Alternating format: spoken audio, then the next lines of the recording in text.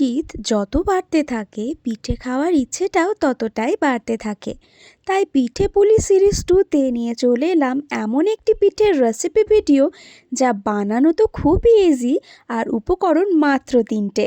পালো পিঠে বানাতে অনেকেই জানেন, আবার এই পিঠের নাম অনেকেই জানেন না। শীতকালে বিভিন্ন পছন্দের খাবারের মধ্যে খেজুর গুড় একটা অন্যতম জায়গা বানিয়ে রয়েছে। তাই খেজুর গুড় দিয়ে যখন কোনো পিঠে বানানো হয় সেটা খেতে তো ভালো হয়ই, আর আমাদের মনটাও ভালো হয়ে যায়। আর এই রেসিপিটি বানানোর জন্য খুব বেশি কিছু তো প্রয়োজন নেই, আগেই বলেছি। আতপ চাল কুড়ি আর খেজুর গুড় পরিমাণ মতন নিয়ে তার উপরে দিতে হবে পরিমাণ মতন দুধ। সেইগুলোকে ভালোভাবে হাতে করে প্রথমে মিশিয়ে নিতে হবে। এরপরে যদি প্রয়োজন পড়ে তাহলে সামান্য একটু জল দিয়ে খেজুর গুড়টাকে মিশ্রণের সঙ্গে খুব ভালোভাবে মাখিয়ে নিতে হবে।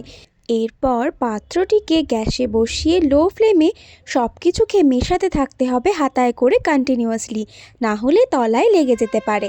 আস্তে আস্তে যখন মিশ্রণটা ঘন হয়ে আসবে একদম, তখন সেটাকে থালায় ঢেলে থালার চারিদিকে ছড়িয়ে দিয়ে রাখতে হবে বেশ কিছুক্ষণ।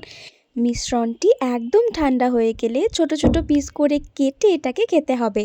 আর যত ঠান্ডা হবে এই পিঠে খেতেও ততটাই সুস্বাদু হবে।